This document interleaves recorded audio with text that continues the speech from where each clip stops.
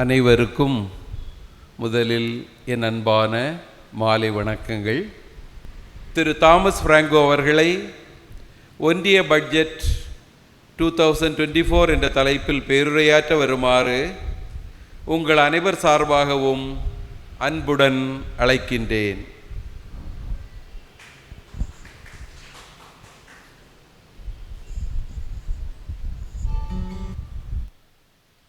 அனைவருக்கும் எனது பணிவான மாலை வணக்கங்கள். முதல்ல ஃபாதர் எட்மண்டுக்கும் இந்த பிஎல்எம்எல் கருத்துரைக்காக உருவாக்கப்பட்டிருந்த குழுவுக்கும் என்னுடைய நன்றியை காணிக்கையாக்கிக் கொள்கின்றேன். இந்த கூட்டம் 26வது கூட்டம்னு சொன்னாங்க. பல கூட்டங்களில் பங்கேற்றிருக்கிறேன். கலந்துகிடுறது குறைவா இருந்தா கூட வாய்ப்புகளுமே எலெக்ஷன் கமிஷன் ஆஃப் இந்தியா கொடுக்கக்கூடிய புள்ளி விவரங்களை வச்சு பல தகவல்களை சுட்டி காட்டி இருக்கிறாங்க. குறிப்பாக 79 தொகுதிகளில்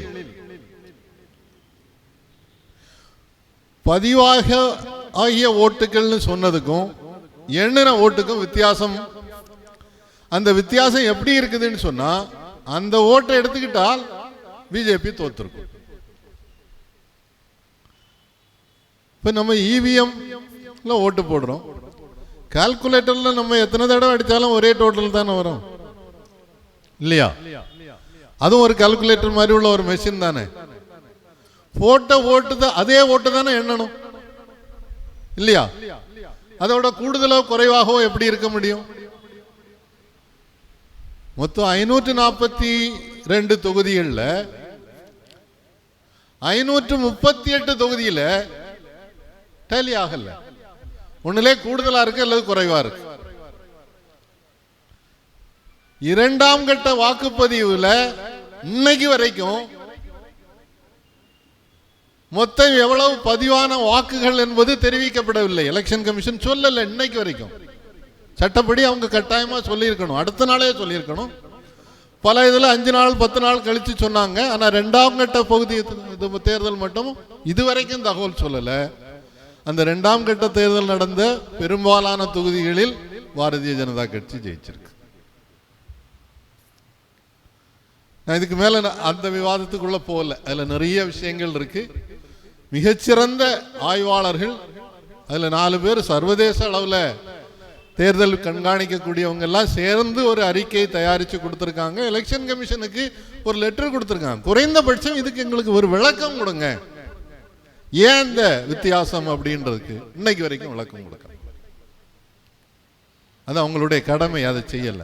அதோட ஒரு பெரிய வேடிக்கை என்னன்னு சொன்னா, இந்த தொகுதிகளில் யார் ரிட்டர்னிங் ஆபீசர் டிஸ்ட்ரிக்ட் கலெக்டர், யார் டிஸ்ட்ரிக்ட் கலெக்டராக அன்னைக்கு ரிட்டர்னிங் ஆபீசராக பணியாற்றினார்கள் என்பதை ஒருத்தர் தகவல் பெறும் உரிமை சட்டத்தின் கீழே கேட்கிறாரு. அதுக்கு எலெக்ஷன் கமிஷன் என்ன பதில் கொடுக்கறாங்கன்னா, எங்களுக்கு தெரியாது. அவங்க தான் ரிட்டர்னிங் ஆபீசரை நியமிக்கிறாங்க, அவங்க தான் கண்காணிக்கிறாங்க. ஆனா தகவல் கேட்கும் போது தெரியாதுன்னு பதில் வருதுன்னா எவ்வளவு வேடிக்கையா இருக்கு. இப்ப அதையும் மீறி 240 ஜெயிச்சாங்கன்னே வச்சுக்கிடும். மக்கள் ஒரு வெறுப்பு இருந்ததுனால தானே நிறைய விஷயங்களை கணக்கில் எடுத்துட்டு குறைவாக ஓட்டு போட்டிருக்காங்க. ஓட்டு மார்ஜின் கூட பாத்தீங்கன்னா நிறைய வித்தியாசம் இருக்கு, முன்னால வாங்கினதுக்கும் இப்போ வாங்கினது. அப்ப மக்கள் என்ன எதிர்பார்த்தாங்க? ஒண்ணு, விலைவாசியை குறைக்க, விலைவாசி உயர்வு ஒரு பெரிய பிரச்சனை, இது குறையணும்னு எதிர்பார்த்தாங்க. பட்ஜெட்ல நீங்க நினைச்சா விலைவாசி உயர்வை கட்டுப்படுத்த முடியுமானா முடியும். Very simple. ஜிஎஸ்டியை மட்டும் கொஞ்சம் குறைச்சிட்டாலே போதும், எல்லா பொருட்களுடைய விலையும் குறைஞ்சிரும். கஸ்டம்ஸ் எக்ஸைஸை கொஞ்சம் குறைச்சாச்சுன்னு சொன்னாச்சுன்னா பெட்ரோல் டீசல் விலை குறைஞ்சிரும், விலைவாசி உயர்வை கட்டுப்படுத்த முடியும். இதை மக்கள் எதிர்பார்த்தது, பொருளாதார நிபுணர்கள் சொன்னது. என்ன செய்யலாம் அப்படின்னு பட்ஜெட்டை பற்றி பலரும் கேட்கும் போது கொடுத்த ஆலோசனைகள் அடிப்படையில் சொல்ல. இரண்டாவது, மக்கள் பார்த்தது பெரிய பாதிப்பாக வேலைவாய்ப்பு. இளைஞர்களுக்கு வேலைவாய்ப்பு இல்லை. கபில் சிபல் அழகாக பாராளுமன்றத்தில் பட்ஜெட் பற்றி பேசும்போது புள்ளி விவரங்களோட சொன்ன ஒரு முக்கியமான விஷயம். அம்மா நிர்மலா சீதாராமன் 2 மாசத்துக்கு முன்னால இன்டர்நேஷனல் லேபர் ஆர்கனைசேஷன், சர்வதேச தொழிலாளர் நிறுவனம், அவங்க இந்தியாவிலிருந்தே புள்ளி விவரங்கள் எடுத்து அதை வச்சு ஒரு ரிப்போர்ட் கொடுத்திருக்காங்க. இந்தியாவில் இருக்கக்கூடிய நிலைமை என்ன, வேலையின்மையினுடைய நிலைமை என்ன. அதுல 18 வயசுல இருந்து 35 வயதுக்குள்ளால வேலை பார்ப்பதற்கு தகுதியுடையவர்களில் 73% பேருக்கு வேலை இல்லைன்னு கொடுத்திருக்காங்க. இப்ப மக்கள் எல்லாருடைய எதிர்பார்ப்பும் வேலை வாய்ப்புக்காக புதுசா ஏதாவது திட்டங்களை அறிவிப்பாங்க. வேற ஒண்ணும் வேண்டாம். ஒரு சிம்பிள், மத்திய அரசுல ஒன்றிய அரசுல வேலை செய்யக்கூடிய எல்லா இடங்களையும் ஃபில் பண்ணாலே போதும். காலி இடங்கள் 29,70,000 காலி இடங்கள் இருக்கு. ஒரே நாளையில அரசாங்கம் நினைச்சா அப்பாயின்மெண்ட் போட முடியும். அதுக்கு பதிலாக இடையில ஜாயின்ட் செக்ரட்டரி லெவல்ல வெளியில இருந்து ஆளை கொண்டு வரணும்னாங்க. அதுக்கு எதிர்கட்சிகள் பெரிய ஆட்சேபனை தெரிவித்ததுனால இப்ப அதை தற்போதைக்கு நிறுத்தியிருக்காங்க. இப்ப இந்த வேலையின்மைக்கு ஏதாவது சொல்லுவாங்கன்னு எதிர்பார்த்தது 2வது. 3வது, கல்வி இலவசமாக கொடுக்க வேண்டும், குறைந்தபட்சம் பள்ளி கல்வியாவது இலவசமாக கொடுங்கன்றது கல்வியாளர்கள் மக்களுடைய நீண்ட நாள் எதிர்பார்ப்பு. இந்தியாவில் இது காங்கிரஸா இருந்தாலும் சரி, இதுவரை ஆட்சியில் இருந்த எல்லா அரசியல் கட்சிகளுக்கும் இந்த தவறுக்கு அவங்க காரணம். யாருமே இந்த கட்டாய இலவச கல்வின்றதை கொண்டு வரல. இன்னைக்கு வளர்ந்த நாடுகளாக இருக்கட்டும், வளரும் நாடுகளாக இருக்கட்டும், சோசியலிச நாடுகளாக இருக்கட்டும், முதலாளித்துவ நாடுகளாக இருக்கட்டும், எல்லா நாடுகள்லையும் பார்த்தீங்கன்னு சொன்னா அந்த நாட்டினுடைய குடிமக்களுக்கு உயர்கல்வி வரை இலவசமாக கிடைக்கிறது. சீனாவாக இருக்கட்டும், அமெரிக்காவாக இருக்கட்டும், ஜெர்மனியாக இருக்கட்டும்.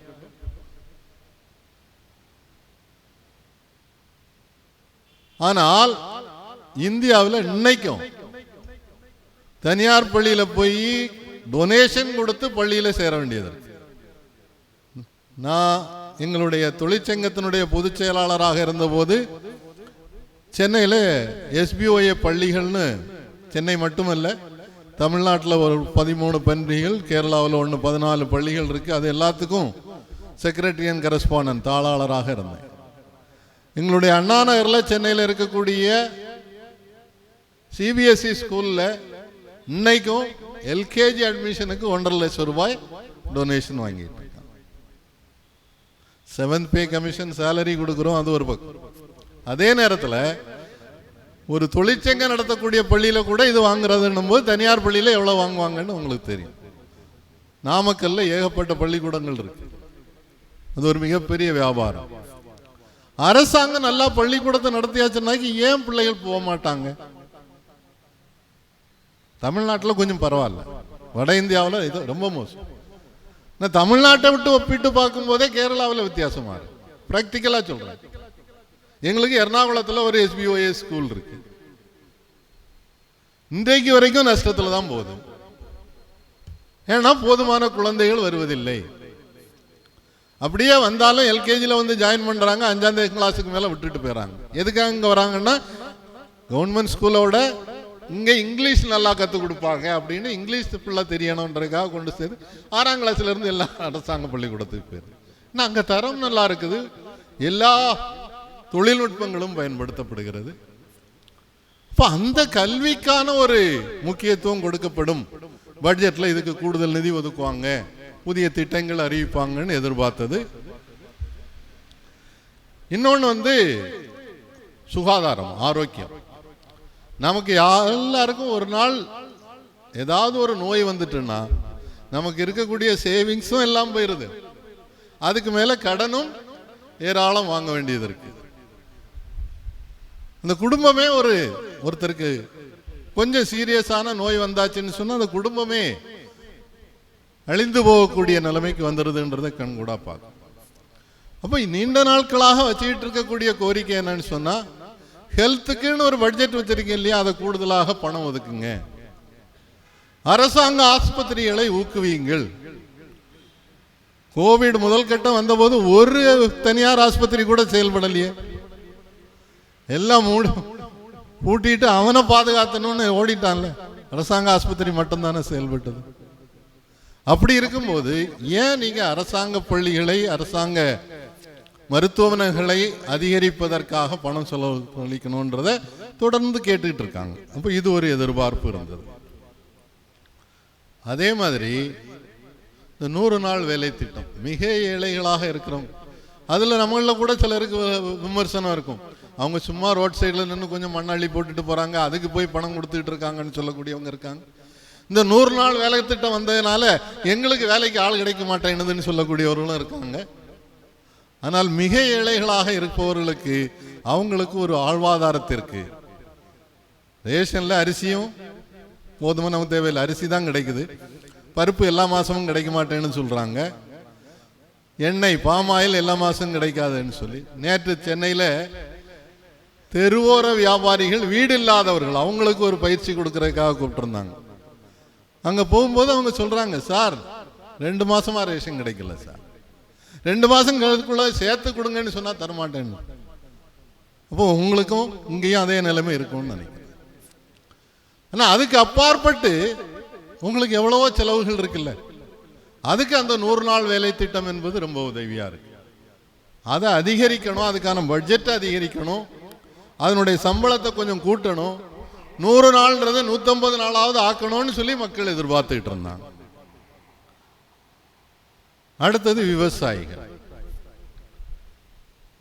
அன்னதாதான்னு அழகா பட்ஜெட்ல பேசும்போது சொல்றாங்க. அன்னதாதானா நமக்கு சாப்பாடு போடுகிறவர் ஹிந்தியில. இந்த அன்னதாதாக்களுக்காக என்ன செய்திருக்காங்க? அவங்க கேட்கறது ஒரே ஒரு கோரிக்கை தான். பல வருஷங்களுக்கு முன்னாலே MS சுவாமிநாதன் தலைமையில் ஒரு கமிட்டி போட்டு அந்த கமிட்டி ஒரு ஃபார்முலா உருவாக்கி கொடுத்துருக்காங்க. C2+50. இந்த C2+50 என்னன்னா ரொம்ப சிம்பிள். ஒரு விவசாயிக்கு இடுபொருள்களுக்கான செலவு C1. C2ன்றது அவர் வேலை செய்யறாருல, அதுக்கும் நீங்க ஏதாவது ஒரு சம்பளம் உண்டுல்ல. அவர் வெளியே போனா வேற ஒரு சம்பளம் கிடைக்கல, அதையும் கணக்கில் எடுத்துக்கல. இது ரெண்டும் சேர்த்து எவ்வளவு வருதோ அதை விட 50% கூடுதலாக விலை நிர்ணயிக்க வேண்டும். அதுக்கு பிறகு அதுல நஷ்டம் வரும், சில காணாம பல பிரச்சனைகள் இருக்கு விவசாயிகள். இந்த ஃபார்முலாவை படி நீங்க கொடுத்தீங்கன்னு சொன்னா விவசாயி கஷ்டப்பட மாட்டான். இன்றைக்கு எந்த விவசாயியும் சந்தோஷமா இல்லை. நான் கொஞ்சம் தென்னை விவசாயம் வச்சிருக்கிறேன். சில மாதங்கள்ல தேங்காய் விற்கும் போது அந்த பாக்குறதுக்குன்னு ஒருத்தர் இருக்கிறாரு, அது போக தேங்காய் வெட்டுறதுக்கு கூலி கொடுக்கும் போது நான் பாக்கிறதுல இருந்து தான் காசு கொடுக்க வேண்டியது. இதேதான் நெல் விவசாயிக்கு நிலைமை இருக்கு. அப்போ அந்த விவசாயிக்கு ஒரு சரியான விலையை கொடுத்தாச்சுன்னு சொன்னா அவங்க வாழ்க்கை தரம் கொஞ்சம் முன்னேறும், குடும்பம் நல்லா இருக்கும். அதை கேட்டுக்கிட்டு இருக்காங்க, அதை ரொம்ப எதிர்பார்த்தாங்க. ஏன்னா 356 நாளைக்கு இல்லை, அதோட கொஞ்சம் கூடுதலாக கிட்டத்தட்ட 400 நாட்கள் போராட்டம். 750 பேர் விவசாயிகள் போராட்ட இடத்திலேயே செத்து போனாங்க. வேற வழி இல்லாம அந்த திட்டத்தை பின்வலிக்கிறோம்னு சொன்ன பிரதமர் என்ன சொன்னாருன்னு சொன்னா, MS சுவாமிநாதன் சொன்ன இந்த C2+50 நாங்கள் அமுல்படுத்துவோம்னு சொன்னார். எப்போ சொன்னாரு? 2001 சாரி 11 சாரி 21 3 வருஷம் ஆகிப்போச்சு. இன்னும் இந்த பட்ஜெட்லயாவது அறிவிப்பு வரும்னு மக்கள் எதிர்பார்த்துட்டு இருந்தாங்க. அதே மாதிரி விவசாயிகள் என்ன கேட்கிறாங்கன்னு சொன்னா, ஐயா நீங்க இந்த பெரும்பணக்காரர்களுக்கெல்லாம் நிறைய தள்ளுபடி செய்றீங்க. கடந்த 10 ஆண்டுகளில் மட்டும் 25 லட்சம் கோடி ரூபாய் பெருமுதலாளிகளுக்கு வங்கிகள் மூலமாக தள்ளுபடி செய்திருக்கு. எங்கள்ல சிறு விவசாயிகளுக்கு மட்டும் 2 லட்சத்துக்கு குறைவாக கடன் வாங்கினவங்களுக்கு மட்டும் ஒரு தடவை அதை தள்ளுபடி செய்யுங்க. ஏன்னா நான் பேங்க்ல இருந்ததுனால தெரியும், இன்னைக்கு ஆச்சரியம் என்னன்னா சாரும் பேங்க்ல தான் இருந்திருக்காங்க. என் நண்பர்கள் மரியதாஸ் இருக்கிறாரு, ஜார்ஜ் இருக்கிறாரு, பேங்க்ல இருந்தே நிறைய பேர். பேங்க்ல நாங்க இப்ப இந்த கிசான் கிரெடிட் கார்டுன்னு ஒரு ஸ்கீம் இருக்கு விவசாயிகளுக்கு, விவசாயிகளுக்கான கடன் அட்டை. இந்த வருஷம் 1 லட்சம், என்னைக்கோ ஒரு நாள் 1 லட்சம் ரூபாய் கடன் கொடுத்துருப்போம். அடுத்த வருஷம் அதுக்கு வட்டியும் போட்டு 1,10,000 வந்திருக்கும். ஸோ அந்த கடன் கட்டையினுடைய அளவை 1 லட்சத்துக்கு பதிலாக 1,10,000 ஆக்கிடுவோம். அதுக்கு அடுத்த வருஷம் இன்னொரு 10 வருஷம் கூடி இருக்கும். ஸோ அதுக்கு குட்டி 1,20,000. விவசாயிக்கு ஏதாவது கிடைக்குதா? கையில் ஒன்றும் கிடைக்காது. அவுட்ஸ்டாண்டிங் மட்டும் பேங்க்ல இருந்துகிட்டு இருக்கும். ஆனால் அது வராக்கடன்னு சொல்ல மாட்டோம். ஏன்னு சொன்னால் வட்டி போட்டுட்டோம்ல, வட்டியும் சேர்த்து அந்த லிமிட்டை கூட்டி. அப்போ அவங்க ஒரு தடவை எனக்கு தள்ளுபடி பண்ணிட்டு திருப்பி விவசாயத்துக்கான கடனை கூடன்னு கேட்குறாங்க. அது ஒரு எதிர்பார்ப்பு இருந்தது. அதுவும் பட்ஜெட்டில் வந்ததான்னு பார்ப்போம். அதே மாதிரி எல்லாரும் இந்த பிஎஸ்என்எல் செயல்படலைன்னு சொல்லி வேற வழி இல்லாமல் ஜியோவில், ஏர்டெல்லில், வோடோஃபோன்லன்னு ஒவ்வொருத்தராக மாற வேண்டியது. நானும் ரொம்ப நாள் பிஎஸ்என்எல் இருந்து மாற மாட்டேன்னு இன்னும் பிஎஸ்என்எல் வச்சிருக்கிறேன். ரெண்டு பிஎஸ்என்எல் நம்பர் வச்சிருக்கிறேன். ஆனால் சில நேரங்களில் வெளியூர் போகும்போது தொடர்பு இல்லைக்கு அப்பா காரணம் தான் வருது பதில். அதனால ஒரு ஏர்டெல் வாங்கினேன். பார்த்தா முன்னால 350 ரூபா கட்டினதுக்கு இப்போ 650 ரூபா ஒரு மாசம். அப்படியே கூட்டிட்டான். இப்போ பிஎஸ்என்எல் பொதுத்துறை நிறுவனம் அவங்க என்ன கேட்குறாங்க? ஐயா, அவனுக்கெல்லாம் 5Gன்னு ஒரு தொழில்நுட்பத்தை கொடுத்துட்டேன், எங்களுக்கு 4Gயாவது கொடு. இன்னைக்கு வரைக்கும் கொடுக்கு. அது ஒரு அறிவிப்பு வரும்னு எதிர்பார்த்தோம். அடுத்தது வேலை வாய்ப்புகளை இந்த நாட்டில் கூடுதலாக உருவாக்குறது பொதுத்துறை நிறுவனங்கள். அப்போ பொதுத்துறை நிறுவனங்களுக்கான சில அறிவிப்புகள் வரும்னு ஒரு எதிர்பார்ப்பு இருந்தது. டெய்லி ஒரு ரயில் ஆக்சிடென்ட் நடந்துட்டு இருக்கு. கிட்டத்தட்ட போன மாசத்துல மட்டும் 8 ஆக்சிடென்ட். ஒரு பத்திரிகை செய்தியில நாங்க ஒரு கமிஷன்ல இருந்து ஒரு ஆய்வு பண்ணி பார்த்தபோது சராசரி ஒரு 10 நாளைக்கு ஒரு ரயில்வே ஆக்சிடென்ட் இப்ப நடந்துகிட்டே இருக்கு. இப்ப அந்த ரயில்வேயினுடைய பாதுகாப்புக்காக கூடுதல் பணம் ஒதுக்குவாங்கன்னு ஒரு எதிர்பார்ப்பு மக்கள்கிட்ட இருந்தது. இந்தியாவில் விவசாயத்துறைக்கு அடுத்தபடியாக வேலை வாய்ப்பை உருவாக்கி கொடுப்பது எம்எஸ்எம்இன்னு சொல்லக்கூடிய சிறு குறு நடுத்தர தொழில் நிறுவனங்கள். அதெல்லாம் அந்த 2016 பண மதிப்பு பணம் என்ன சொன்னது நோட் பண்ண பண மதிப்பு இழப்பு செய்யும் போது படுத்துதான். இன்னும் பலதும் மீண்டு வரல. கொஞ்சம் மீண்டு வரும் நேரத்தில் ஜிஎஸ்டியை போட்டாங்க, அதோட மாட்டிக்கிட்டாங்க. இந்த ஜிஎஸ்டியில் நீங்க ஒரு தடவை பதிவு செய்தாச்சுன்னு சொன்னா 3 மாசத்துக்கு ஒரு தடவை நீங்க ரிட்டர்ன் அனுப்பிட்டே இருக்கணும். இல்லைன்னு சொன்னா அதுக்கு ஃபைன். நீங்களா எனக்கு கொஞ்சம் அக்கௌண்ட் தெரிஞ்ச என்னால கூட ஜிஎஸ்டி ரிட்டர்ன் என்னால அனுப்ப முடியாது. அதுக்கு ஒரு சார்ட்டர்ட் அக்கௌண்ட் தான் பிடிக்கும். அதுல போய் மாட்டிக்கிட்டு இந்த சிறு குறு தொழிலாம் ரொம்ப கஷ்டப்பட்டு இருக்கு. அதுக்கு ஏதாவது ஒரு விமோசனம் கிடைக்கும், அறிவிப்பு வரும்னு எதிர்பார்த்தாங்க. அதே மாதிரி வரி விதிப்பை பொறுத்தவரையில் உலக அளவிலேயே பெரிய ஒரு இயக்கம் நடந்துட்டு இருக்கு. Just tax campaign. ஒரு நியாயமான வரி விதிப்பு கொள்கையை கொண்டு வாருங்கள்.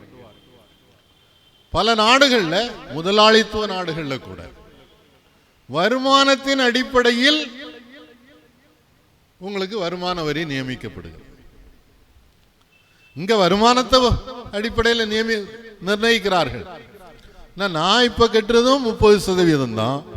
என்னுடைய வருமானத்தில் 30% இன்கம் டாக்ஸ் வருமான வரியாக கொடுக்கிறேன். அடானியும் அதே 30% தான், அம்பானியும் அதே 30% தான். அப்போ அதுக்கு என்ன வித்தியாசம் இருக்கு? அமெரிக்கா உட்பட பல நாடுகளில் ப்ரோக்ரெசிவ் டாக்ஸ்ன்னு சொல்றாங்க. வருமானம் கூட கூட அதுக்கு ஏற்றபடி இந்த வரியை கூட்டுவது 60% வரை வரி விதிக்கக்கூடிய நாடுகள் இருக்கு.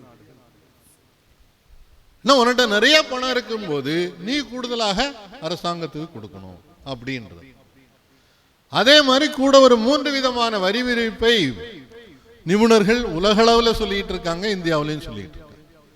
ஒன்று இந்த வருமான வரியில ப்ராக்ரெசிவ் டாக்ஸ், ரெண்டாவது இன்ஹெரிட்டன்ஸ் டாக்ஸ். எங்க அப்பா சம்பாதிச்சு வச்சாரு சொத்து, எனக்கு எந்த உழைப்பும் இல்லாமல் நான் அதை வாரிசாக வந்துடுறேன் இல்லையா? அந்த வாரிசாக நான் அதை பெற்றுக்கொள்ளும் போது அதுக்கு ஒரு வரி போடுவோம். இப்போ அம்பானியினுடைய முகேஷ் அம்பானியினுடைய மகனுக்கு கல்யாணம் நடக்குது, 3 மாசமா கல்யாணம் நடந்தது. திடீர்னு அதுக்காக ஒரு ஜூ கண்காட்சி, மிருக கண்காட்சி சாலையை உருவாக்கி அங்க ஒருக்கா நடந்தது. அடுத்தால பாத்தீங்கன்னா கடலுக்குள்ளால கப்பல்கள்ல நடந்தது, சுவிட்சர்லாந்துல நடந்தது. அப்புறம் கடைசியா ரஜினிகாந்த் உட்பட போய் டான்ஸ் ஆடினா மும்பையில் நடந்தது. எத்தனை ஆயிரம் கோடி செலவழிச்சாங்கன்னு தெரியாது. அவன் ஒரு பைசாவாவது அவன் செலவழிச்சானா? எல்லாரும் இப்போ அவனுடைய புகைப்படத்தை பார்த்துருப்பீங்க, சோசியல் மீடியாவில் வந்துகிட்டே இருக்கு. அவன் எப்படி இருக்கிறான், எவ்வளோ குண்டா, எப்படி என்ன படிச்சிருக்கான், ஒன்றும் கிடையாது. அப்போ அப்படி ஒரு வருமானத்தை அவன் பெறும்போது கோடிக்கணக்கில் அதுல ஒரு சிறு சதவீதத்தை அரசாங்கம் வரியாக பெற வேண்டும். 3வது சொத்து வரி, வெல்த் டாக்ஸ். யாருக்கு கூடுதல் சொத்து இருக்குதோ உடனே சிலர் ஐயோ நம்ம வச்சிருக்கிறதே ஒரு 1.5 ஏக்கர் 2 ஏக்கர் அதுக்கும் வரி போட்டுருவாங்களோ? அப்படி இல்லை. கூடுதலாக சொத்துக்கள் வச்சிருக்கு. இந்த இன்னைக்கு நாட்டில் 1% பேரிடம் இந்த நாட்டினுடைய 40% சொத்துக்கள் இருக்குதுன்னு சொல்லி அறிக்கை சொல்லு. 10% பேரிடம் 84% சொத்துக்கள் இருக்குன்னு சொல்லு. இந்த 10% பேருக்கு சொத்து வரி போடு. முன்னாலும் இருந்தது, இந்த அரசாங்கம் அதை எடுத்துட்டாங்க. 4வது கார்ப்பரேட் வரி. பெரிய பெரிய கார்ப்பரேட் நிறுவனங்கள் தான், அடானியா இருக்கட்டும், அம்பானியா இருக்கட்டும், டாட்டாவா இருக்கட்டும், இவங்கெல்லாம் நடத்தக்கூடிய நிறுவனங்கள்லாம் கார்ப்பரேட் நிறுவனங்கள். அந்த நிறுவனங்களுக்கு இருந்த வரியை 35%லிருந்து 27% இந்த அரசாங்கம் குறைச்சு, அதை மீண்டும் குறைந்தபட்சம் 35% வாங்குங்க. பல நாடுகளில் இதை விட கூடுதலாக வாங்குறாங்க அப்படின்னு சொல்லி இது ஒரு எதிர்பார்ப்பாக இருந்தது. ஏன்னா இந்த நாட்டில் இந்த கார்பரேட்ஸுக்கு எவ்வளவு உதவிகள் இருக்குன்றதுக்கு வங்கித்துறையிலிருந்து ஒரே ஒரு உதாரணத்தை சொல்றேன். நீங்க ஒரு கல்வி கடன் உங்க பிள்ளைக்கு இன்ஜினியரிங் காலேஜில் சேர்க்கணும்னு கல்வி கடன் வாங்க போனா அதுக்கு நீங்க கொடுக்கக்கூடிய வட்டி 11% அல்லது 12%. நீங்க ஒரு வீடு கட்டுறதுக்காக லோன் வாங்குறீங்கன்னா வீடையே அடமானம் கொடுத்துறீங்க பேங்குக்கு, அதுக்கும் கூட 8% வட்டி. நீங்க ஒரு சின்ன பெட்டி கடை நடத்துறீங்க, அதுக்கு ஒரு தடன் வேணும்னு சொன்னா அதுக்கும் 11% வட்டி. ஆனால் ரிசர்வ் பேங்க் ஆஃப் இந்தியா கொடுத்திருக்கக்கூடிய புள்ளி விவரப்படி இந்தியாவில் இருக்கக்கூடிய 449 பேருக்கு வங்கிகள் கொடுத்திருக்கக்கூடிய கடன் 5%க்கும் குறைவான வட்டியில் கொடுத்திருக்காங்க. அதுக்கு கீழே போக முடியாது போல இருக்கு. 5% கீழேன்னா 2% இருக்கலாம், 4% இருக்கலாம். இந்த கடன்லாம் எவ்வளவுன்னு தெரியுமா? குறைந்தபட்ச கடன் 500 கோடி. இப்போ 500 கோடிக்கு மேல் வாங்குறவனுக்கு நீங்க 4% வட்டியில கொடுக்குறீங்க, ஒரு கல்வி கடன் கேட்கிறவனுக்கு 12% கேட்கிறீங்களா? இது என்ன நியாயம்? இப்போ இதுல ஒரு மாற்றம் கொண்டு வர வேண்டும் அப்படின்னு ஒரு கோரிக்கை நீண்ட நாட்களாக இதெல்லாம் வரும்னு சொல்லி எதிர்பார்த்துட்டு இருந்தோம். ஆனால் இந்த பட்ஜெட்ல அந்த அம்மா அறிவித்ததுல இதுல ஏதாவது நடந்திருக்கா? வேலை வாய்ப்பை கூட்டுவதற்கு ஒரு புது திட்டம் சொல்லியிருக்காங்க. நீங்க படிச்சு கிராஜுவேட் ஆகி அல்லது இன்ஜினியரிங் கிராஜுவேட் ஆகி அப்ரெண்டிஸா போய் நீங்க 1 வருஷம் வேலை பார்க்கலாம். அதுவும் இந்த நாட்டில் இருக்கக்கூடிய பெரிய 500 கம்பெனியில தான் இந்த வேலை. உங்களுக்கு மாசம் 5000 ரூபாய் சம்பளம். இதுவும் ஒரு வருஷத்துல 20 லட்சம் பேருக்கு தான் கிடைக்கும். இந்த 5000 அந்த கம்பெனிக்கு கொடுத்துருவாங்க. அந்த கம்பெனி உங்களுக்கு கொடுக்கணும். என்ன நியாயம் பாருங்க. அதே இந்த சிறு குறு தொழில் நிறுவனங்களுக்கு கொடுத்திருந்தா கூட சந்தோஷப்படலாம். இந்த 5000 ரூபாய்க்கு அப்ரெண்டிஸ்ன்னு சொல்றது ஒரு கொத்தடிமையாக வேலை வாங்குவது. இன்னைக்கு பேங்க்லயும் ஆரம்பிச்சுட்டாங்க. பேங்க்ல நான் வேலை ஜாயின் பண்ணும்போது, நாங்கள் இங்கே இருக்கிறவங்க பலரும் இருக்கிறோம், வேலை ஜாயின் பண்ணும்போது ஏதோ ஒரு டெஸ்ட் எழுதுனமே தவிர எங்களுக்கு அப்ரெண்டிஸ்ன்னு நீ ஒரு 6 மாதம் அல்லது 1 வருஷம் உனக்கு இவ்வளோதான் சம்பளம் தருவோம், 2000 ரூபா தருவோம் இல்லை 3000 ரூபா தருவோம், வேலை பார்க்குறீங்கன்னு சொல்லலை. அங்கே போன பிறகு கவுண்டரில் நான் முதல் நாள் பேங்க்கில் நாகாலாண்டில் ஒரு கிளையில் என்னை அப்பாயின்மெண்ட் பண்ணாங்க. முதல் நாள் போன உடனே ஒரு கவுண்டரில் உட்காந்துருந்து நீ பணம் வாங்குன்னு சொல்லிட்டாங்க. எனக்கு பணம் என்றதுக்கும் தெரியாது, எது என்ன வவுச்சர்ன்றதுன்னு தெரியாது. அப்போ கவர்மெண்ட் ரெசிப்ட் பேங்க் ரெசிப்ட்னு 2 ரெசிப்ட் கொடுத்தாங்க. எது கவர்மெண்ட் எது பேங்க்னு தெரியாது. நான் பாட்டுக்கு அவ்வளோ பணத்தையும் எண்ணி எண்ணி தனித்தனியாக கெட்டுக்கிட்டா வச்சுக்கிட்டு ரசீதை மட்டும் கொடுத்துட்டு அந்த வவுச்சரை தனியாக வச்சுக்கிட்டு அதுக்கு பிறகு சாயங்காலம் கூட ஒருத்தர் உதவி கேட்டு தான் எண்ணு. ஆனால் கொஞ்ச நாளையில் அதை கற்றுக்கொள்ள முடிந்தது. ஆனால் இன்னைக்கு எல்லா வேலைக்கும் அப்ரெண்டிஸ்ன்னு சொன்னா நீங்க படிச்சு கஷ்டப்பட்டு திறன்களை வளர்த்த இளைஞர்களை, இளம் பெண்களை கொத்தடிமையாக்குறீங்கன்னு தான் அர்த்தம். அந்த 1 வருஷத்துக்கு பிறகு அந்த வேலையில தொடர்வாங்கன்றதுக்கு எந்த உத்தரவாதமும் கிடையாது. நிச்சயமா அந்த 500 கம்பெனியும் எடுக்க மாட்டாங்க. ஏன்னா அந்த கம்பெனிகள் எல்லாமே ஆள்குறைப்பு செய்யக்கூடிய கம்பெனிகள், எல்லாமே புதிய தொழில்நுட்பங்களை கொண்டு எப்படி ஆளை வெளியே தள்ளலான்றதுதான். நான் இப்போ வேற ஒரு கட்டுரை எழுதுவதற்காக அம்பானியுடைய நிறுவனத்தை பத்தி படிச்சு பார்த்தேன். போன வருஷம் 2,67,000 பேர் வேலைக்கு எடுத்திருக்காங்க, இந்த ஜியோ உட்பட எல்லாத்துலயும். ஆனால் 2,50,000 பேரை வெளியே தள்ளியிருக்காங்க. அங்கெல்லாம் இந்த வேலைக்கு எந்த உத்தரவாதமும் கிடையாது. ஒத்தடிமை மாதிரி எடுக்கிறான். டாடா எவ்வளவு பெரிய கம்பெனி, இன்றைக்கு இந்தியாவில் இருக்கிறதுல மிகப்பெரிய கம்பெனி டாடா தான். ஆனா மிகப்பெரிய பணக்காரர் டாடா கிடையாது. ஏன் தெரியுமா? டாடா குழுமத்தில் இருக்கக்கூடிய சொத்துக்களில் பெரும்பாலானதும் வெவ்வேறு ட்ரஸ்ட் பேர்ல இருக்கு, தனிநபர் பேர். ரத்தன் டாடா பேர்ல கொஞ்சம் தான், மீதி எல்லாமே துராஜி டாடா ட்ரஸ்ட், ரத்தன் டாடா ட்ரஸ்ட்னு சொல்லி ஒவ்வொரு ட்ரஸ்ட் வச்சிருக்கிறாங்க. அந்த ட்ரஸ்ட்ல வரக்கூடிய வருமானத்துல குறைந்தது 40% பொது செலவுக்கு, மக்களுக்கு உதவி செய்வதற்காக கொடுத்துட்றாங்க. அதனாலதான் அவங்கள மிகப்பெரிய பணக்காரனா இந்த கணக்கில் வர்றதில்லை. அதானி தான் முதல்ல இருக்கிறாரு. அதானியா அம்பானியான்னு போட்டி நடந்துட்டு. ஆனா இந்த நிறுவனங்களில் நிரந்தர வேலை என்பது டாடா கம்பெனியில, டிசிஎஸ்ல, டாடா கம்ப்யூட்டர் சர்வீசஸ், இப்போ ஆட்களை வேலைக்கு எடுக்கிறான் 15,000 ரூபாய்க்கு. பிடெக் என்ஜினியரிங் படிச்ச பையன் அல்லது பொண்ணு 15,000 ரூபாய் சம்பளம் கொடுத்து ஸ்டேட் பேங்க்ல இருக்கக்கூடிய, ஸ்டேட் பேங்கினுடைய கம்ப்யூட்டர் அவளையும் மெயின்டைன் பண்றதுக்கு அவங்களுக்கு ஒரு ஒப்பந்தம் போட்டிருக்கு. அதுக்கு பாம்பேல ஒரு ஆபீஸ் இருக்கு. அந்த பாம்பேல இருக்கக்கூடிய ஆபீஸ்ல இந்த 15,000 ரூபாய் சம்பளத்துக்கு வேலைக்கு சேர்றாங்க. பாம்பேல 15,000 ரூபாய்க்கு நீங்க ஒரு வீடு கூட வாடகைக்கு எடுக்க முடியாது. வீடு என்ன, ஒரு சின்ன கட்டல் கூட. பம்பாயில பாத்தீங்கன்னு சொன்னா வாடகைக்கு இருக்கவங்க பல இதுவும், இந்த ட்ரெயின்ல நம்ம 3 பெர்த் வச்சிருக்கிறோம் இல்லையா, அதே மாதிரி 3-4 பெர்த் வச்சுதான் வீடுகள் இருக்கு. இந்த ஸ்டீல்ல கட்டல் செய்து போட்டிருக்காங்க. ஸோ உங்களுக்கு நீங்க ஒரு கட்டல் பயன்படுத்திக்கலாம், 5,000 ரூபாய் வாடகை, இப்படிதான்.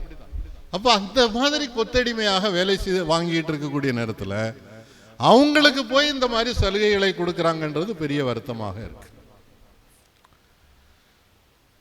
கல்வி கடனுக்கு ஒரு திட்டம் அறிவிச்சிருக்காங்க. வருஷத்துக்கு 1,00,000 பேருக்கு கடன் கொடுப்பதற்கு நாங்க பேங்க்ல சொல்றோம். ஏற்கனவே அதோட பல லட்சம் கூடுதலாக கொடுத்திருக்கோம்.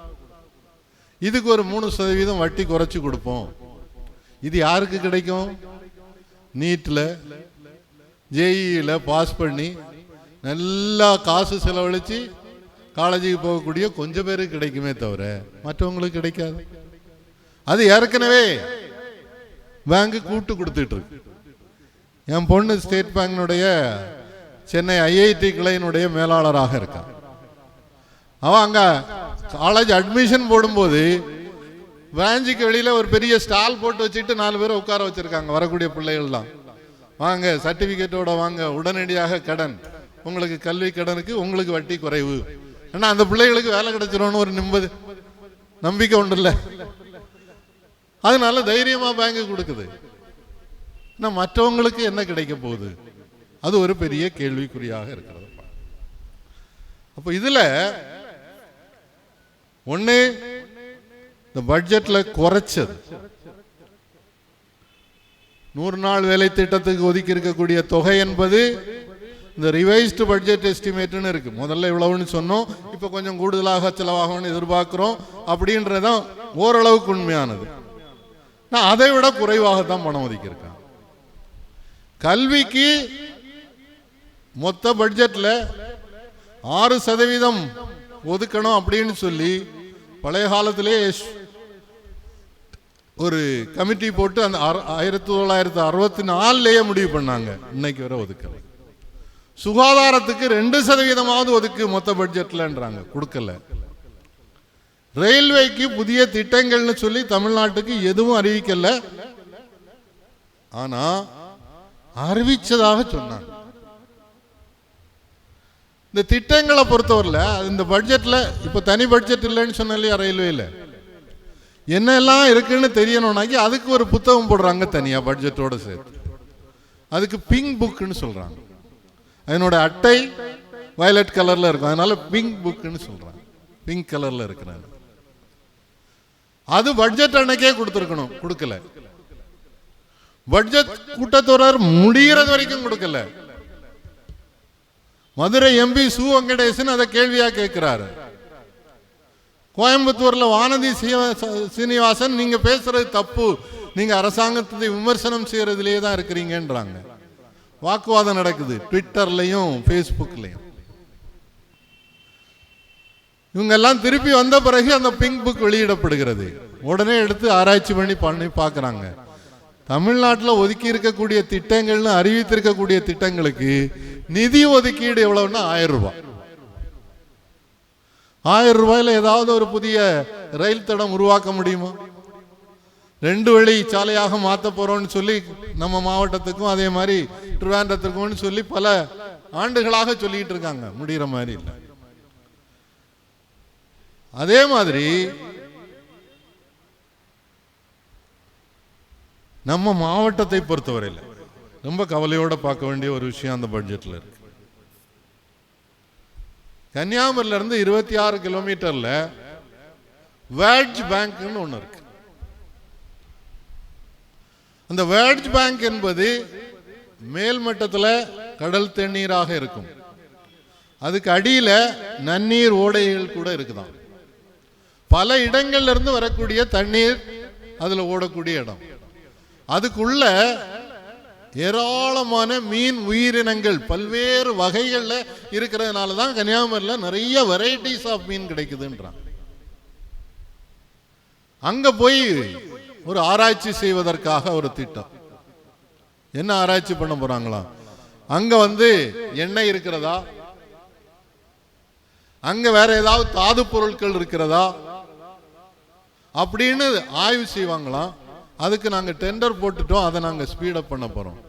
இந்த டெண்டர் யாருக்கு கிடைக்கும்? ஒண்ணுலே அடானி கிடைக்கும் அல்லது அம்பானி கிடைக்கும்.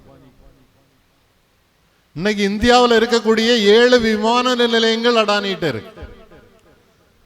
16 துறைமுகங்கள் அடானிட்ட இருக்கு. சுரங்கங்கள் அவங்க கையில் இருக்கு, நிலக்கரி சுரங்கங்கள். மின்சாரம் உற்பத்தி நிலையங்கள் பட்டுவாடா அவங்க கையில் இருக்கு, அதானியினுடைய கையில். அப்போ புதுசா ஒரு திட்டம் வர்றதெல்லாம் அவங்களுக்கு தான் போய் கிடைக்கும், இல்ல அம்பானிக்கு. அம்பானிக்கு இதே மாதிரி அவருக்கு கொஞ்சம் துறைகள் வச்சிருக்காங்க. மொத்த கேஸ் பெட்ரோல் இதெல்லாம் அவங்க கையில் இருக்கு. நம்ம போடக்கூடிய இது கூட காட்டனான்னு தெரியாது. இப்ப காட்டன் பார்த்தா காட்டன்ல வேற என்னவோ சேர்த்திருக்கிறேன். பாலியஸ்டர் உற்பத்தியில அவங்க ஏகபோகம், அவங்களுக்கு போட்டி யாருமே கிடையாது. அப்படிப்பட்ட நிறுவனங்களுக்கு தான் இதெல்லாம் போய் கிடைக்க போகுது. அது செய்யறதுனால என்ன ஆகும்னா மீனவர்களுடைய வாழ்வாதாரம் முழுமையாக பாதிக்கப்படும். நமக்கு கொஞ்சம் இன்னைக்கு நம்ம எத்தனை பேருக்கு கல்றால் கிடைக்காது? என்ன கல்றால் அப்படியே ஏற்றுமதி ஆயிருது. நான் சின்ன பிள்ளையா இருக்கும்போது கல்றால் வாங்கி சாப்பிட்டு இருக்கிறேன். லாப்ஸ்டர், ஆங்கிலத்தில் லாப்ஸ்டர், கல்றால். மரியதாசன் எனக்கு தெரியும், உங்களை கொஞ்சம் வயசு குறைஞ்சவங்களுக்கு தெரியாம இருக்கு. இப்ப நமக்கு சாளா நெத்தலி இது ஏதாவது தான் சீப்பா கிடைக்கிறது. அதுவும் கூட கிடைக்காமல் போயிடக்கூடிய சூழல் வரக்கூடிய ஆபத்து. அதே மாதிரி மீன் உற்பத்தியை அதிகரிக்கணும்ன்றது நம்ம கோரிக்கை. அதுல குறிப்பாக கடலோர மீனவர்களுடைய கோரிக்கை என்னன்னு சொன்னா, கடலோர மீனவர்களுக்கான திட்டத்தை கொண்டு வாங்க. அவங்களுடைய வாழ்வாதாரம் ரொம்ப பாதிக்கப்பட்டிருக்கிறது. இந்தியாவினுடைய மீன் உற்பத்தியில நன்னீர் மீன் உற்பத்தி என்பது கடல் மீன் உற்பத்தியை விட கூடுதலாக இருக்கு. அப்போ மீனவர்கள் கேட்கக்கூடிய கோரிக்கை என்னன்னு சொன்னா, கடலோர மீனவர்களுக்காக பல்வேறு திட்டங்கள் வேணும்ன்றது. இவங்க என்ன சொல்லியிருக்காங்க, இறால் வளர்ப்பதற்கான புதிய திட்டங்கள் அறிவிக்கிறோம். இறால் எங்க வளர்ப்போம்? கடல்ல வளர்க்கறது இல்லை, வெளியில.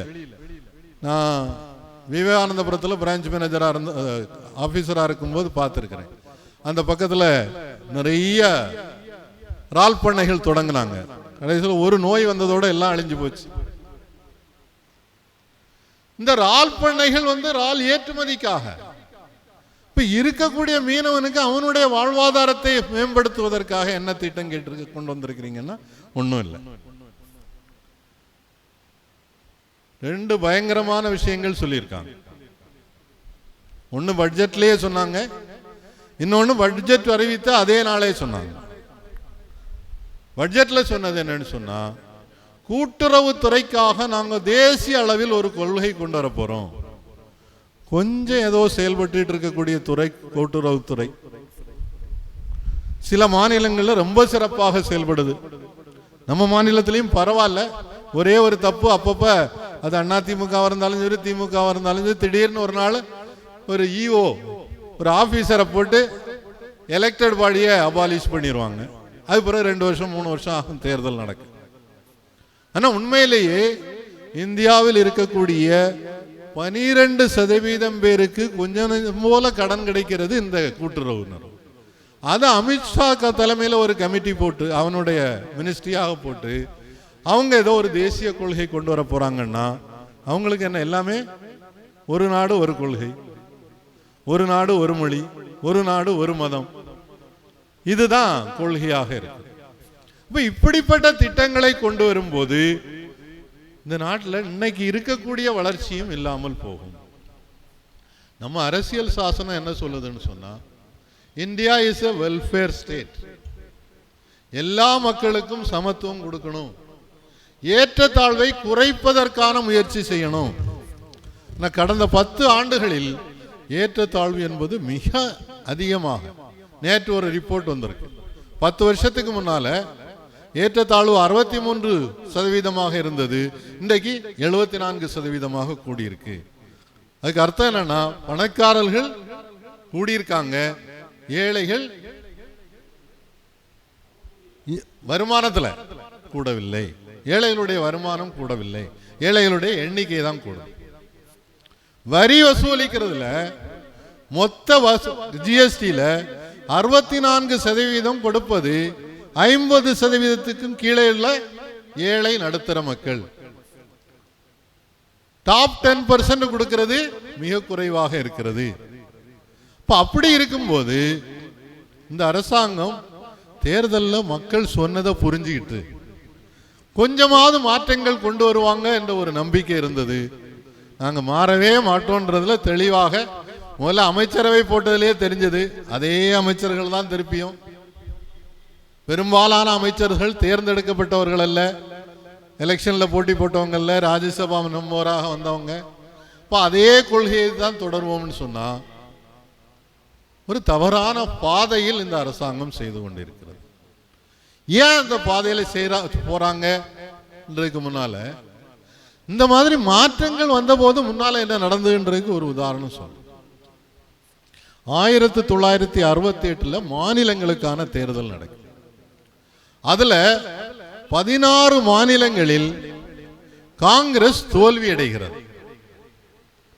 இந்திரா காந்தி ஆட்சியில் இருக்காங்க. அப்போ அந்த இந்திரா காந்தி முடிவெடுத்தது, மக்கள் நம்மகிட்ட ரொம்ப கோபத்தில் இருக்காங்க, ஏழ்மை அதிகரித்து கொண்டிருக்கிறது, அதனால உடனடியாக சில திட்டங்களை கொண்டு வரணும்னு முதல்ல வங்கிகள் தேசியமயமாக்குதலை கொண்டு வந்தார். எல்ஐசி தேசியமயமாகியது, பொது இன்சூரன்ஸ் தேசியமயமாகியது, 20 அம்ச திட்டம்னு ஒண்ணு கொண்டு வந்தாங்க. இப்படி பல திட்டங்கள் கொண்டு வந்ததுனால புள்ளிவரங்களோடு பார்க்கும்போது 1970க்கும் 90க்கும் இடையில பார்த்தீங்கன்னு சொன்னா ஏழ்மை குறைந்திருக்கிறது. பணக்காரர்களுடைய வருமானம் முந்தைய அளவுக்கு சதவீதத்தில் கூடல, கீழ்மட்டத்தில் இருக்கவங்களுடைய வருமானம் கூடியிருக்கிறது. அப்படி ஒரு கோர்ஸ் கரெக்ஷன், பாதையிலிருந்து மாறி புதிய பாதைக்கு வருவாங்கன்னு எதிர்பார்த்தோம். ஏன் மாறலன்னு சொன்னா, அவங்களுக்குன்னு சொல்லி அவங்க கற்றுக்கொண்டு இருக்கக்கூடிய சில கொள்கைகள் இருக்கு. அவங்களுடைய ஒரு பெரிய குரு MS கோவால்கர். இந்த கோவால்கர் ஒரு புத்தகம் எழுதியிருக்கிறார். இந்த புத்தகத்தின் பேரு A Bunch of Thoughts, A Bunch of Thoughts, சிந்தனைகளினுடைய ஒரு குவியல் அப்படின்னு சொல்லி. அந்த புத்தகத்தில் என்ன சொல்றாருன்னு சொன்னா, எல்லாரும் சமமாயாச்சுன்னாக்கி நாட்டை ஆள முடியாது. ஏற்றத்தாழ்வு இருந்தால்தான் அரசாங்கம் கட்டுப்பாட்டில் வைக்க முடியும். பெரிய மீன் சின்ன மீனை சாப்பிடுவது என்பது இயற்கை. அதனால நீங்க பெரிய மீனை குறை சொல்றதுல அர்த்தம் இல்லை. இப்ப இந்த அரசாங்கம் பெரும் பணக்காரர்களுக்கு ஆதரவாக, அந்த பெரும் பணக்காரர்கள் கோவால்கர் சவார்கர் போன்றவர்கள் சொன்ன இந்துத்வா என்ற கொள்கையை, இந்த இந்துத்துவா கொள்கையை மக்கள் ஏற்றுக்கொள்வதில்லை என்றதுக்கு மிகச்சிறந்த உதாரணம் அலகாபாத், அயோத்தி. அயோத்தியில ராமர் கோயில் கட்டினதை எல்லாரும் வரவேற்றார்கள், நானும் வரவேற்கிறேன். ஓகே, கோயில் கட்டுறது கூட ஒரு கோயில் கட்டுறதுல தப்பு இல்லை. ஆனா அங்க நடந்த தவறுகளினால் அயோத்தியில் உள்ள பாராளுமன்ற உறுப்பினர் தேர்வில் பிஜேபி கடும் தோல்வியை சந்தித்தது. கோயிலுக்கு போய் கும்பிட்டாங்க, ஆனா ஓட்டு போடும்போது அது வேற இது வேற, மதம் வேற இது வேறன்றத பார்க்கறாங்க. அதையாவது பார்த்து கற்றுக்கொள்ள வேண்டாமா? அதுக்கு அவங்க தயாரா. இது ஒரு பெரிய பாதிப்பை நாட்டுக்கு உருவாக்கும். இன்றைக்கு நம்ம ஏதோ தமிழ்நாட்டில் கொஞ்சம் நல்லா இருக்கிறோம், பரவாயில்ல, சட்ட ரீதியாகவும் சரி சமூக ரீதியாகவும் சரி கல்வியில சுகாதாரத்துல எல்லாம் கொஞ்சம் பரவாயில்லன்னு கொஞ்சம் சந்தோஷமா இருக்கும். நாளை என்ன ஆகும்னு சொல்ல முடியாது. எத்தனை அரசுகளை விலைக்கு வாங்கி இருக்கிறாங்கன்னு பார்த்துருக்கிறோம். இந்த இப்போ ஜார்க்கண்ட்ல எலெக்ஷன் வரப்போகுது. அங்க துணை முதல்வராக இருந்த முதல்வர் பதவியில கொஞ்ச நாள் இருந்தவரை இப்ப நீ எங்க கட்சியில வான்னு கூப்பிட்டு இருக்காங்க. சமீபத்தில் ஒரு கூட்டத்தில், இதோட முடிச்சிடறேன், நிர்மலா சீதாராமனுடைய கணவர் டாக்டர் பரக்கலா பிரபாகர், அவர் ஒரு பொருளாதார நிபுணர். இப்ப எனக்கு ஒரு நல்ல நண்பர். நாங்க சில கூட்டங்களில் சந்திச்சதிலிருந்து எங்களுக்குள்ள ஒரு நல்ல தொடர்பு. இப்ப சென்னையில் ஒரு கூட்டத்துக்கு வர்றேன்னு எனக்கு தகவல் சொல்லியிருந்தாரு. அந்த கூட்டத்துக்கு போயிருந்தேன். அந்த கூட்டத்தில் சொன்ன ஒரே ஒரு முக்கியமான விஷயம், ஏதோ இன்னைக்கு இந்த பிரச்சனை அங்கதான் இங்கதான் நமக்கு ஒன்றும் வராதுன்னு நினைக்காதுங்க. கொள்கை ரீதியாக சித்தாந்த ரீதியாக இந்த நாட்டில் இருக்கக்கூடிய மக்களுக்கு மதச்சார்பின்மையும் மத நம்பிக்கையும் வேறன்றதை தெளிவுபடுத்தாத வரை இந்த நாட்டிற்கு மிக ஆபத்து தொடர்ந்து கொண்டிருக்கும். ஏதோ தேர்தலில் கொஞ்சம் சீட்டு குறைஞ்சு போச்சுன்னு சொல்லி அவங்க கொள்கைகளை மாற்றுவார்கள் என்று தயவு செய்து சிந்திக்காதீர்கள். இந்தியா முழுவதும் மக்கள் மத்தியில் இப்படிப்பட்ட ஒரு பிரச்சாரம் என்பது வேண்டும். ஏன் இந்த நாடு மதச்சார்பற்ற நாடாக இருக்க வேண்டும்? ஏன் இந்த நாட்டில் ஏற்றத்தாழ்வு குறைய வேண்டும்? ஏன் இந்த நாட்டில் இடஒதுக்கீடு என்பது தேவையாக இருக்கிறது? ஏன் இந்த நாட்டிற்கு கல்வி தேவையாக இருக்கிறது?